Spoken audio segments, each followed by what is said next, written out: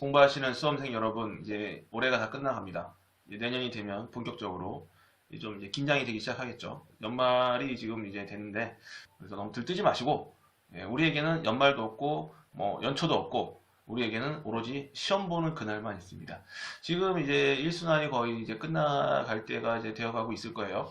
1순환이 끝나면 이제 또 뭐 내년에 뭐 객관식도 이제 공부를 해야 되고 집중 강의 뭐 이렇게 해서 또 있는데 여러분이 이제 세우신 계획이 있지 않습니까? 그 계획에 맞게 계획을 최대한 지켜가면서 계속 공부를 하셨으면 좋겠습니다. 저도 좀 공부와 관련된 좀 어떤 구체적인 얘기를 계속 좀 올려야 되는데 올릴 건 되게 많아요. 제가 드릴 말씀이 되게 많아요. 지금 머릿속에 생각하고 있는 게 뭐 기본서도 정리도 좀 해야 되고 뭐 객관식 문제집 정리하는 것도 있고 또뭐 독서실만 해도 뭐 독서실에서의 어떤 여러 가지 상황 대처법 뭐 이런 것도 있고 많은 것들이 머릿속에 사실 들어 있습니다. 들어 있고 그런데 이것을 계속 하나씩 기보다리를 풀다 보면 진짜 얼마나 할 내용이 많을지 모르겠어요. 정말 저는 많습니다. 지금 생각하고 있는 거는. 그리고 뭐 에피소드도 얘기하다 보니까 이게 지금 제가 한 달, 2달 사이에 있었던 일들을 얘기하는 건데도 지금 꽤 많잖아요. 오늘도 오늘 에피소드 3탄 지금 얘기하려고 해요. 오늘의 주제는 이제 제가 12월 달과 1월 연수 전까지 많이 했던 일, 법인 등기와 협동조합, 뭐 이런 얘기를 좀 해드리려고 합니다. 제가 맨 처음에 이제 교대에서 일을 하기 시작하니까 사무실에서 뭐 저한테 이제 좀 얘기를 했던 게 그 법인 등기, 상업 등기, 그걸 좀 도와달라 이렇게 얘기를 했어요. 사실 보면 이 법인 등기가 시험 출신 법무사들한테 있어서 사실 되게 좀 애매모호한 포지션이긴 해요. 공부할 때는. 왜냐? 일단 상업등기법이 있어요. 우리 공부하시는 비동사건 절차법 및 상업등기법이 있잖아요. 근데 상업등기법이 우리 그 법무사 시험에 차지하고 있는 비중이 상당히 적습니다. 15문제예요. 그러다 보니까 사실은 법무사 시험을 공부하시는 분들 중에 거의 뭐 상업등기를 거의 뭐 포기하고 시험을 봐도 합격을 하시는 분들이 있어요. 그러니까 15문제니까 적당히 공부하면 사실 한 8문제 맞출 수 있거든요. 절반 판타작만 해도 합격할 수 있는 점수가 나오는 거예요. 그러다 보니까 상업등기를 이제 뭐 많이 공부를 좀 양이 적죠. 그리고 우리가 상법도 공부를 합니다. 사실은 상법은 30문제죠. 상법이 30문제고 상업등기가 15문제인데 하여튼 객관식밖에 없다 보니까 좀 다른 과목에 비해서 깊이가 떨어질 수밖에 없어요. 저도 이제 공부를 해보면 1차와 2차를 모두 공부하는 것과 객관식만 공부하는 것은 사실은 차이가 어마어마하게 많이 난다고 생각합니다. 객관식만 공부하는 것은 사실 좀 깊이가 많이 없어요. 그러다 보니까 빨리 까먹고 좀 더 이렇게 우리가 깊이 있는 지식이 쌓이지 않는 단점이 있어요. 제가 봐도 우리가 법무사 시험에서 가장 깊이 공부하는 게 뭡니까? 민법과 부동산 등기법입니다. 민법은 거의 뭐 법무사 시험에 거의 뭐 다라고 봐도 무방할 정도로 1차와 2차에 모두 있고 또 부동산 등기법도 엄청나게 공부를 합니다. 1차와 2차에 부동산 등기법도 공부를 하죠. 그리고 2차에서 또 우리가 민사소송법을 공부하고 이제 민사 신청 서류, 소장을 또 작성하는 공부합니다. 그리고 부동산 등기법도 부동산 등기 신청 서류를 또 작성해서 공부를 해요. 그러다 보니까 이제 시험을 딱 먼저 붙은 법무사들은 자신 있는 과목이 어떻게 보면 처음에는 그래요. 민법과 민사. 그러니까 소송이 더 하고 싶은 거예요. 처음에는. 왜냐 내가 소장 쓰는 것도 공부했고 민법도 공부했고 민사소송법 2차도 봤기 때문에 민법과 민사소송법과 소장을 2차에서 바로 했기 때문에 뭔가 어떤 민사에 대한 자신감이 막 있어요.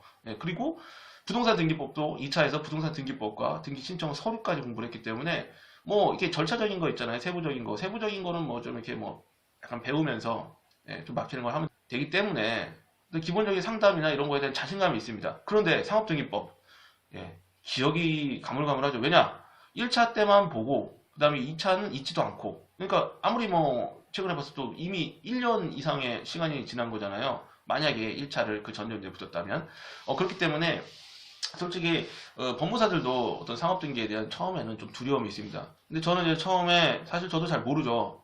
제가 뭐 어떻게 그 법인 등기에 관련돼서 잘 알았겠습니까 처음에는. 왜냐면 시험 출신 법무사가 사실 처음에 가장 좀 약간 두려워하는 부분이 이 상업등기거든요.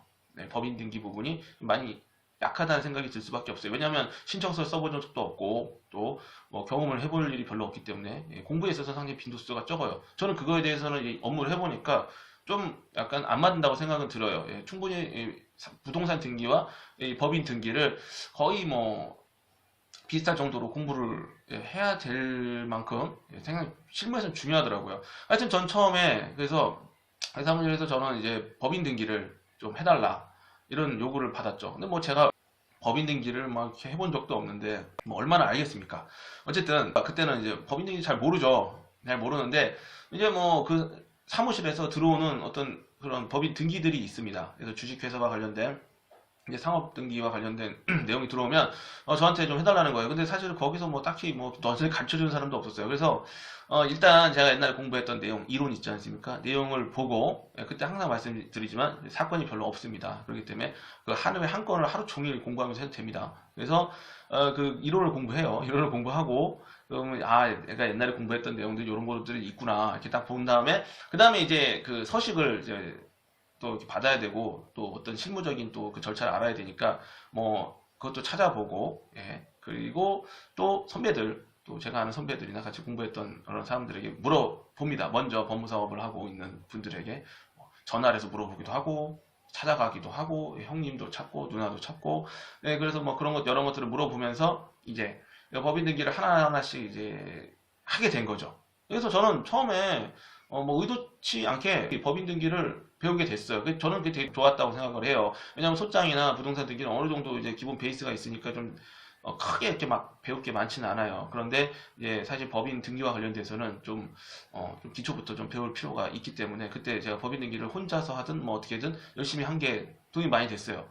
그리고 그 와중에 제가 잘 알지도 못하는데 협동조합의 어떤 여러 가지 등기와 관련된 뭐 임원, 상호 뭐 이런 것들 변경하는 내용이 온 거예요. 근데 그걸 제가 해야 되잖아요. 제가 이제 그걸 받았는데 사실 협동조합은 그 누구도 우리나라의 그 수험생들 중에 배우는 사람이 없습니다. 그럼 협동조합을 어떻게 하냐? 협동조합 기본법이 있더라고요. 그걸 봐야 돼요. 그래서 저는 처음에 우리 같은 경우에는 일단 안 배운 법이라도 습득은 빠릅니다. 왜냐? 민법이라는 어떤 큰 토대의 법을 공부를 했고 이제 법률 용어에 익숙하기 때문에 우리는 그냥 뭐 저희는 그래요. 그냥 법조문 그대로 봐요. 법조문을 다운받아서 하나하나씩 읽어봅니다. 읽어봐서 뭐 크게 사실은 법률 용어에 대해서 거부 반응이 없기 때문에 뭐 이해는 바로바로 가요. 그래서 협동조합과 관련된 또 사이트도 있더라고요. 그래서 그 사이트도 들어가서 열심히 보고 그다음에 협동조합 기본법도 다운받고 절차도 뭐 거기 보면 매뉴얼이 있어요. 매뉴얼도 다운받고 해서 열심히 공부를 했습니다. 그래서 처음에 이제 협동조합이라는 또 낯선 또 그런 법도 공부하고 그래서 제가 그때 뭐 12월 달 이때 협동조합 기본법을 공부를 하고 협동조합도 등기를 되게 다양한 등기 많아요. 뭐 상호도 바꾸고 임원도 바꾸고 뭐 여러 가지 그런 내용들이 있었어요. 그런 것들을 또 어렵게 처리를 해서 제가 그때 좀 협동조합에 대한 기본을 좀 땄고 그 이후로 협동조합과 관련된 업무를 할 일이 이렇게 많지는 않아요. 사실은 뭐 거의 90% 이상이 주식회사 위주죠. 제가 이제 주식회사도 좀 많이 하고 사단법인 등기도 좀 하고 그러는데 일단 협동조합을 그렇게 많이는 하진 않지만 그때 한 경험과 또 간헐적으로 이제 협동조합을 하면서 제가 좀 그 협동조합에 대한 큰 뭐 어려움이라든가 그런 게 없어요. 근데 그때 이렇게 시간이 많을 때 많은 공부를 안 했으면 조금 협동조합에 대해서 어떻게 생각할지 모르겠지만 지금 그 덕분에 제가 협동조합도 할 수 있게 되었고 또 뭐 법인 등기도 그 당시에 제가 좀 그렇게 하나하나 하면서 제가 진짜 그때는 연수를 이제 받아야 되는데 막 연수 받기 전에 그때가 1월달 막 이때인데 법인 등기가 많이 들어오더라고요 그쪽에. 그래서 제가 해야 되잖아요. 그러니까 그때 진짜 뭐 면접 보기도 전인데 이때 연수 받기 일주일 전에 막 밤 11시 12시까지 막 그거를 했어요. 그래서 연수 받기 전 일주일 전에 진짜 거의 매일같이 밤 막 11시 12시까지 그 사무실에서 법인 등기와 씨름을 했던 기억이 납니다. 처음에는 그렇죠. 어쩔 수 없어요. 왜냐면 저희도 뭐 공부를 하는 것은 이론적인 공부이기 때문에 말로 설명을 하려면 어떤 이론적인 내용을 잘 설명합니다. 하지만 실무적인 내용을 좀 습득할 시간이 필요하죠. 뭐 우리가 신청서 작성하는 것도 그렇고 어떤 기본적인 체계를 세우고 나만의 어떤 방법을 연구해야 되기 때문에 그때는 이제 그러면서 뭐 법인 등기를 그래도 꽤 처리했어요. 뭐 하여튼 계속 거의 들어오는 대로 제가 그때 뭐 간단한 것도 있고 좀 어려운 것도 있고 뭐 임원 변경, 목적 변경, 상호 뭐 이런 뭐 등등등 뭐 이런 것들을 이제 하나하나씩 배우면서 제가 좀 정리를 했던 기억이 나요. 그러다 보니까 사실 그때 제가 이제 법인 등기에 대해서 상당히 좀 처음부터 연습을 할 수 있는 기회를 가졌고 그 덕분에 지금은 예, 개업하고 예, 법인 등기를 상당히 많이 처리하죠.